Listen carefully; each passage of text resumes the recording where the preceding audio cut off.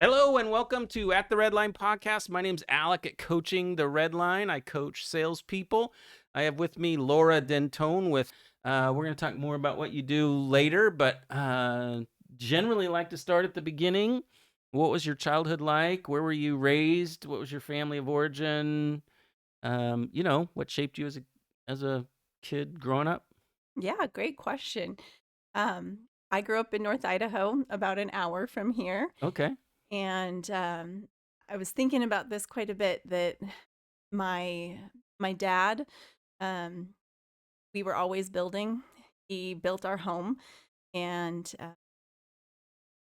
we spent a lot of time doing construction from the time I was little. There was a project he was working on from the time I was first born, and I would say it's still unfinished, but he taught us a lot about resilience and about self-reliance, and those were qualities that I took forward did as an engineer.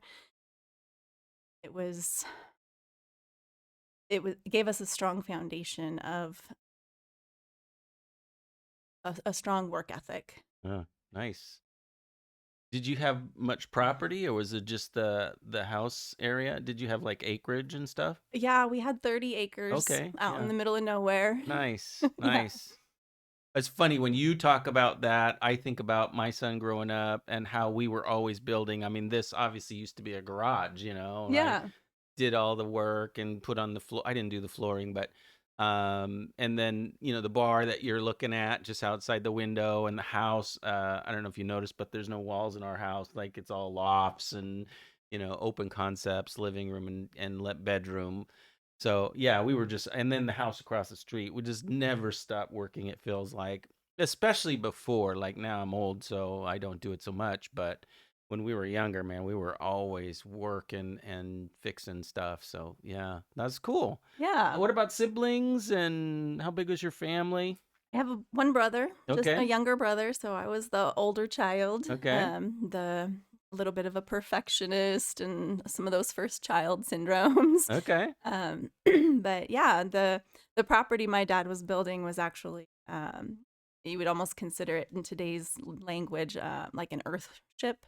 It was very much underground structure, and it was very thermally efficient. Oh, fun. And he worked for the Corps of Engineers. He worked for the He was an engineer. yeah, Oh, he was that's a so cool. yeah, he was a mechanical engineer, and he worked for the dams. He was the Okay. project engineer running a couple of different dams lifetime. Nice. So that influenced a lot of what he did in building and construction. He wanted to build things that would really last. How fun. Boy, that's so cool. Yeah.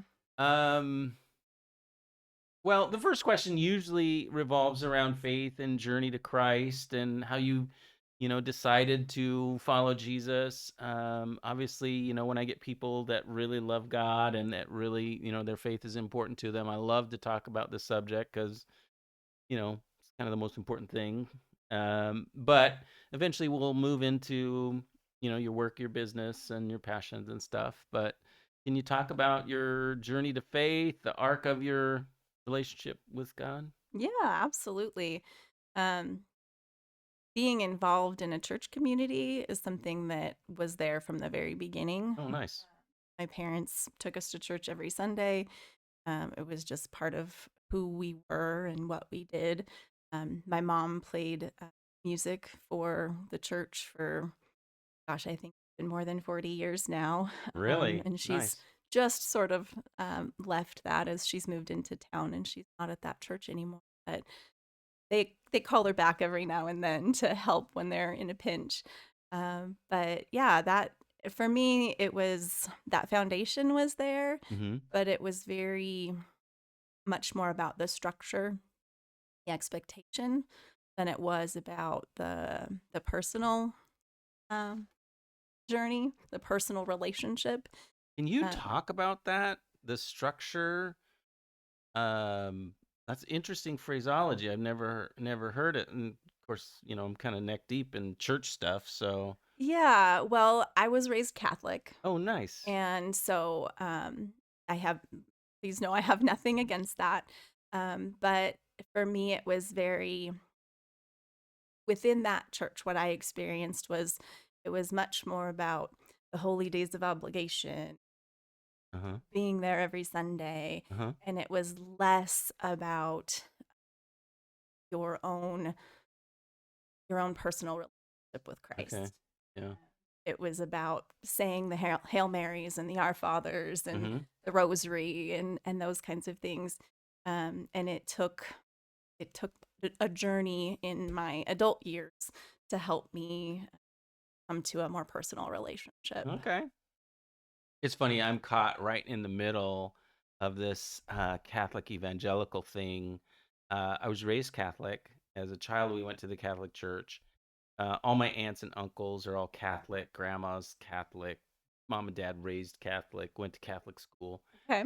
And then when I became a Christian at the age of 18, I was sort of radically saved, Pentecostal and like super charismatic. And then about 10, 15 years ago, I started going up to a monastery and hanging out with the monks and doing a lot of retreats. And Mm. then the training that I got as a spiritual director, one of the parts of my business is doing spiritual direction, is all Catholic tradition and sort of leaning way back into the Catholic faith. And a lot of what I do is very Catholic-y. And Hmm. studying what I studied, I fell in love with the saints. Mother Teresa and some of the old writers, Benedict and some of these old, pretty Catholic-y saints. So I'm just like I'm stuck in the middle. Yeah. I sometimes even go to Catholic mass here in Spokane just because I like to take communion and like the liturgy, and so I'm just like in the middle somewhere. So that's cool. Yeah, I think I would say at the same. I mean, I was confirmed Yeah, when I was in high school with yeah, Saint Rose of Lima was my patron saint that I chose, and I remember that being very meaningful. And I still now I think I have a deeper appreciation for um, the ceremony and the consistency of the yeah, mass. yeah. But it took me in a different direction in order to come to appreciate that. Cool. Okay, so it sounds like there was a journey to a more deeper understanding of faith from the Catholic Church to a different. Can you talk about that experience and journey and particular thing, or the day or the week or the month or the year, or what was going on with you? Well, I think it's been multiple touch points over my Of lifetime. course. When I was in junior high or high school, I remember going, I think it must have been junior high. Um, I got to go to a Christian camp, a Nice. non denominational camp at Cocolala Bible Nice. retreat out there by Sandpoint. And just being in that community, I remember that being where I really gave my life to Jesus and really came to understand that kind of terminology. Uh-huh. Um, but uh, when I was 19, I shattered my femur in a car accident. Huh. And in that season, even in that moment when I was there on the highway waiting for help, I didn't realize it at the time, but looking back, I feel like I can say there was an angel with me. Yeah. Um, I was laying on the highway for an hour waiting for an ambulance to come, and there was a woman there. That was my perception that she had stopped to help and talking to me.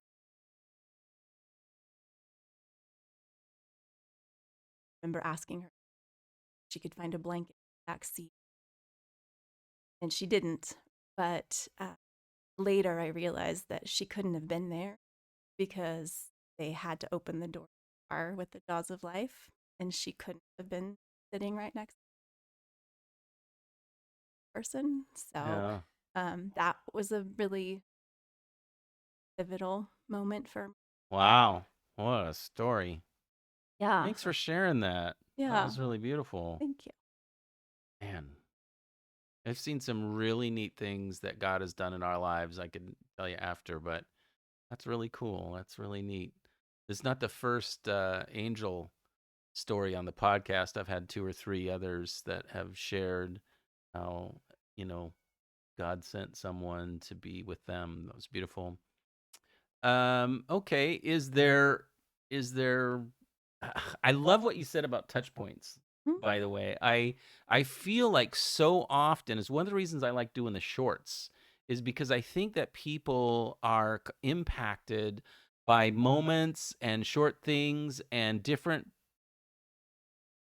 moments in their life that are, like you say, touch points along the way. And then something happens and they're in, some sort of crisis or whatever. And they realize what they really need is a relationship with God. And they start to try and discover what that would look like. And then they lean so far in that they're deeply embedded in God's love. It's beautiful. Yeah, absolutely. I think for me, I was 19, I was in college, I was still pursuing my engineering career at the time, and I really didn't recognize how much that moment was going to impact the rest of my life and my I pushed through. Here's where I'm at. Yeah. And later I got married after college, and was it wasn't until 12 years later that I had kids. Um, and during that time, my husband and I were both raised Catholic, but during our early years in marriage, we felt like we had more of a faith, but we weren't necessarily super active. Mm-hmm. But after my second son was born, and I went through a period of significant postpartum depression. That's where I really had to come back and reconnect with my faith and with Okay. there was it was a very hard time. Uh-huh. If it wasn't for my church community and coming together with people really spirit filled, true believers, I don't would still be. Yeah. It was a very dark time for me. It was really that kept me here and that kept me focused, taking care of my family, even though I was in a really loud. Wow. Boy, that's a lot.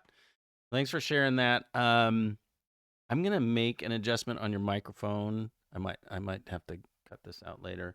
And then Problem. I want to sort of point you to the second meter on the left there, Okay. the middle, The middle. yeah, the middle meter. Hmm. If you get up to yellow, it likes that a lot. Okay. If you stay way down in the lower greens, way down here, Okay. where I I'm can't a even little too go, low. you're a little on the low side, Okay. and I'll take care of this on I'll my try to end. adjust up into the And yellow a little bit I more. just adjusted your microphone, so but sometimes your volume's a little on the low side, and I'm afraid that it's Sure. going to be awesome and I won't be able to hear it. And Okay. that We would don't be want that bad. to happen. Right. I can be loud. It's just more in the So excitement you phase. can't be too loud. So Okay. be as loud as you want, and if you shout, it won't matter. Okay. So be as loud as you want, All right. but low is death. Okay. So, We will adjust that.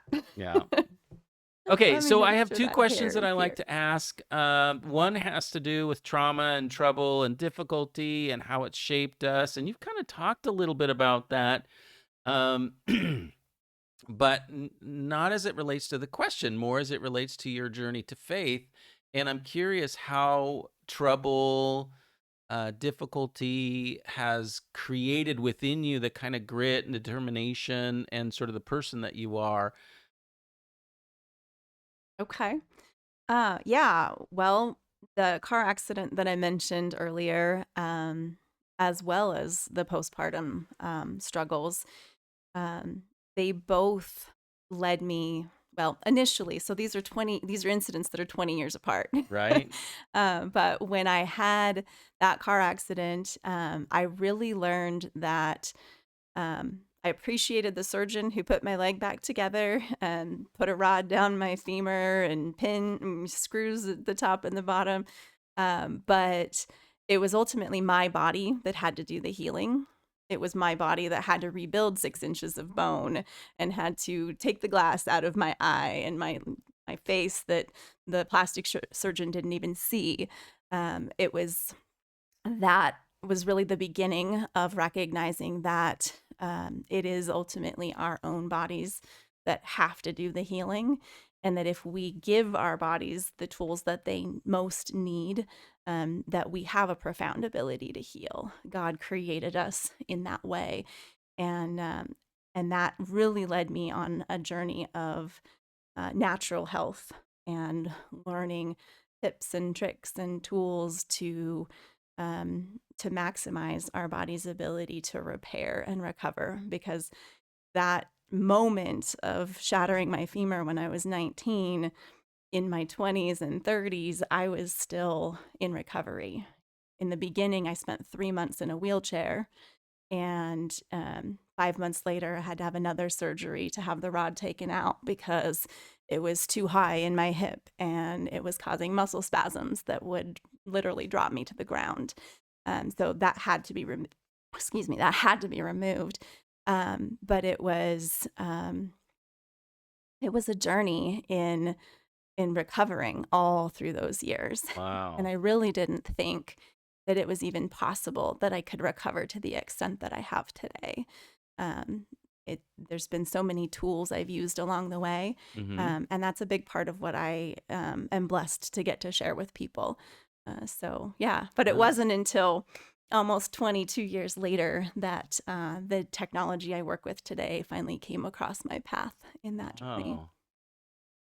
Well, we're going to talk about that in one more, after one more question that I have to ask is how, I'm a coach and I work with people to change their lives and change their outcomes and change their direction and change what's going on in their life.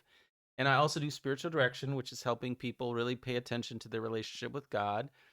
And not everybody has had a coach or a spiritual director, but most of us have people in our lives that have really paid attention, noticed us. And I was just listening to a guy on a podcast today. It was like somebody noticed me and started mentoring me, and it was before he'd gotten famous or whatever, just noticed. And a lot of times those people have a profound effect on our lives, and I wonder if there's a story like that in your life. Yeah, I would say that I haven't actually pursued coaching directly. I do think that that's something that has a lot of value. But when I was young, I had some really great teachers. I explicitly remember my sixth grade teacher was Nice. amazing. He taught me how to diagram sentences, and I'm going to force my kids to do Oh, that I love too. that. But it was Oh, really, that's so awesome. I've never had someone say a teacher. That's so yeah, funny. That's yeah, so he great. was wonderful. But my piano teacher was someone. Most of the people were people that were there for a season. They were Yeah. there for a Right. year or Yeah, yeah. a small period. My piano teacher, I had her with me for probably 8 or 9 years. Oh, fun. And she and I had the same kind of perfectionist tendencies. Oh, good. So we used to often talk about being recovering perfectionists. Oh, that's so awesome. What great language. Yeah, Oh, that's so awesome. she was definitely more of a coach than just a piano teacher, and someone who was really there for me. Hey, I wanted to stop this video and just say a lot of salespeople I know, they know there's another level. They know the product, they like the people, they really believe in what they sell. But when the pressure hits, a lot of salespeople, they lose their conviction, they lose their nerve, they hesitate on cold outreach, they lay down or even back off with a simple objection. They fail to confidently lead people towards a decision. I coach salespeople. Send me a quick text 509-999-3305. I'm in your corner. Let's get together. Nice. But ultimately, I would say it's my mom. She's Oh, of been there course, for yeah. me through everything. Mm-hmm. And there isn't another person in the world who has supported me the way that she has. Oh, great. She's taught me to be consistent. She's taught me to work through things even when they're hard, to put a smile on your face and to do it with joy. Yeah. Um and even now she's 80 years old and she is one of my most exciting testimonies on what we've been able to do for her Oh, health. nice. So she comes to almost all of my workshops, Oh, cool. and she's just an incredible support to me. Oh, A nice. 1000% there for What a me. great answer. That's awesome. Okay, so your business name and what you do. Um, I'll ask you some more questions as you go. Okay. So I'm in the middle of rebranding right now. Yes. Um, so my new business name is Resilience Made Simple, Okay. and I'm really excited about that because it gives me the opportunity to share all of the tips and tricks that I've learned along the way, that have helped me to take care of myself and my family. So I'm not just looking at a single product. Although I am a brand partner and represent a company that has a cellular health technology that works at the foundational level. It is something that allows every single cell in your body to communicate with itself or with the cells around it better, and to be able to detect, protect, and repair. So that's what I love sharing. The more that I've learned about it, I've realized that it was divinely inspired.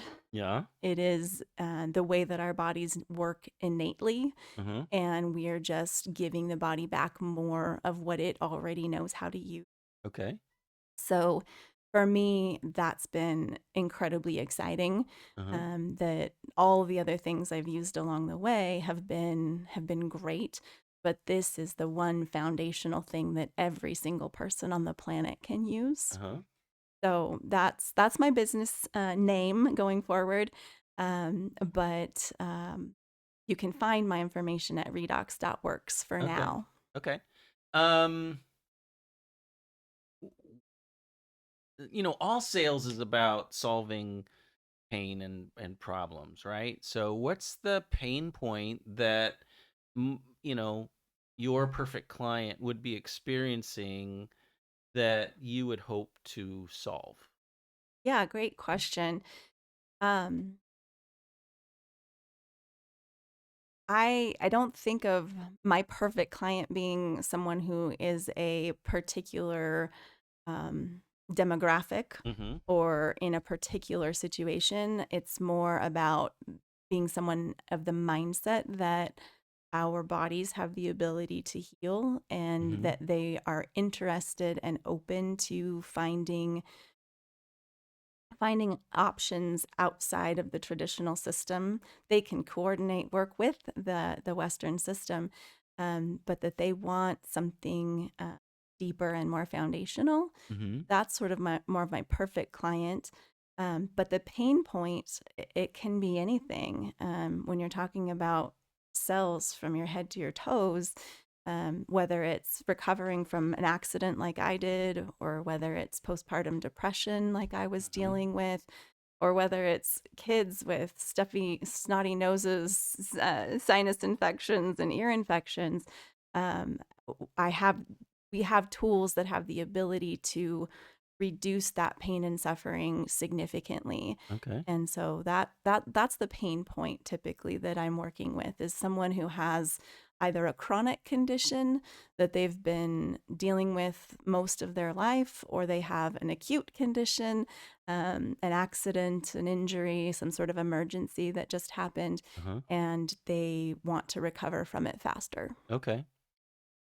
Sounds like athletes would be a good um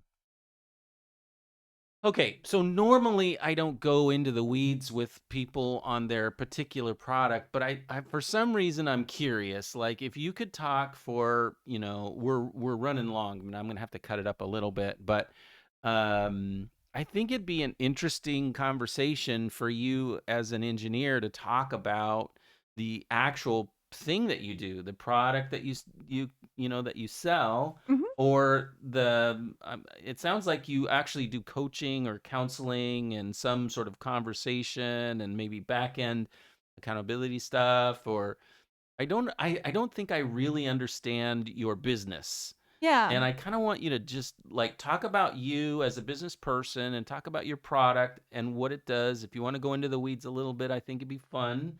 Okay. Not afraid of that. And I realize you might have restrictions on what you can say, but maybe not. I don't know. Okay. So, from an engineer's standpoint, I have found this fascinating. Um, the technology that I work with is redox signaling molecules. They are made in every cell in your body. Your own mitochondria create them, but you don't make as many of them as you age. And as your body's exposed to toxins and other things that inhibit your mitochondrial function. I And don't know what mitochondrial. oh, well, I'm sorry. the Every cell in your body has mitochondria, and some of your more simple ones in your gut maybe only have a few. The ones in your brain have maybe thousands even. And every one of those is working all of the time, whether you're not consciously aware of it, but they are working for your body to create redox signaling molecules, and those molecules are how every cell in your body talks to each other. Uh huh. If you um, if your body wasn't producing those, you would be dead in 3 minutes. Okay. There's actually a specific poison that will do that, that No will kidding. stop your mitochondria from working, and that That's will kill scary. you. Yeah, it is. But when they are working at their best, they produce a lot of these molecules, and but we don't always have enough. And when we can supplement those back into your body, so that you can have more for your body to work with, then it's able to go and take care of problems that you wouldn't have had the energy to When you deal say with. supplement, what do you mean? Do you have molecules that we take as a pill, or do you take a pill that creates the molecule making machine in your body? What are we talking about? Well, we're talking about a liquid that you take internally, or you can use it externally. My mom puts it in her eyes, and she's Okay. had amazing recovery in vision that they didn't think she would ever get back Okay. 20 years ago. and But the liquid, it is something that normally people drink it and just Okay. take it internally. And then we also have some topical versions that you can use from the outside in. So we're working on repairing from the inside out and the outside in. So what does it do? This fluid, this topical, what is it? Does it generate a molecule making machine, or is it actually the molecule? It is actually the molecules. The incredible biotech company that started all of this, they figured out how to combine salt and water, just like our cells do.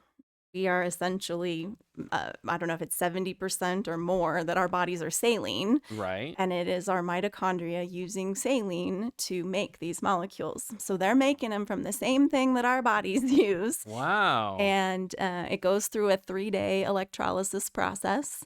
And what comes out, and it's a miracle. This is why I say it's divinely inspired. It really was a miracle that they figured out how to stabilize these molecules so that they can be distributed to currently 34 countries around the world, and make a profound difference for people's health. But the molecules are absorbed by our cells. As soon as they come into contact, they give away their energy to our body, and our body just knows exactly what to do with them Wow. because they're native. And we start a process of building additional protective proteins, Uh-huh. increasing our own glutathione, superoxide dismutase, a whole line of them. And Big it words, Laura. allows, Big words. you asked for an I engineer's know. I standpoint. want to go into the weeds, but let's stick to English. Sorry. No, All it's right, we fine. can cut that if you'd like. I'm just But it allows our body to improve our immune system, improve our cardiovascular function. They've actually tested this at the genetic level, and they can see 20 to 30% improvement in an 8-week study in the way that our DNA functions. Huh. Does it reduce aging? Does it cure Absolutely. things like cancer and Alzheimer's and stuff like that? I cannot make claims to cure or treat any I particular thought I had you there disease. for a minute. All right. Don't trap me. Okay. But it allows the body to recognize the malfunctions that are going on and to start detecting that they're there and start turning them Okay. around. Okay. Interesting. Thanks for going into the weeds a little bit.